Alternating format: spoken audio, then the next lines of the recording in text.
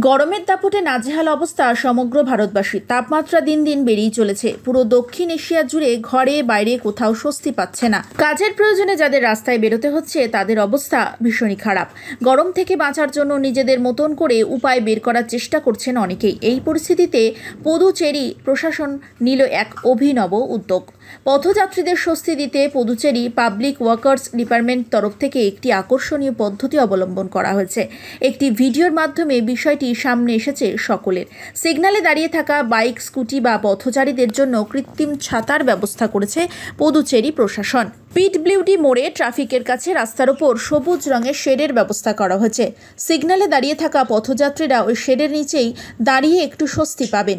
সেখানকার এক স্থানীয় বাসিন্দা ভিডিও করে পুরো বিষয়টি সোশ্যাল মিডিয়ায় তুলে ধরেন। ভিডিওটি পোস্ট হতেই ব্যাপকভাবে ভাইরাল হয় বিশ্বজুড়ে।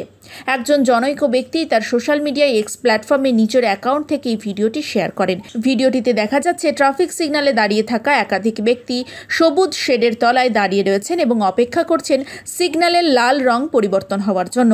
মাথার ওপরে সবুজ শেডটি পরিষ্কার বোঝা যাচ্ছে ভিডিওতে। রোদের প্রখর তাপের মধ্যে দাঁড়িয়ে থাকাকালীন রাস্তার ওপর তৈরি করা এই কৃত্রিম শেড মানুষকে অনেকটাই স্বস্তি দিতে পেরেছে। প্রকাশ্যে আসা মাত্রই ব্যাপকভাবে ভাইরাল হয়েছে এই ভিডিওটি। ইতিমধ্যেই ভিডিওটির ভিউয়ার সংখ্যা 1 লক্ষ পেরিয়েছে। পুদুচেরি প্রশাসনের এই উদ্যোগে প্রশংসায় পঞ্চমুখ নেটিজেনরা। বেশিরভাগ ইউজাররা বলেছেন বিষয়টি খুবই আনন্দদায়ক। খুব সহজভাবে মানুষকে স্বস্তি দেওয়ার উপায় বার করেছে প্রশাসন।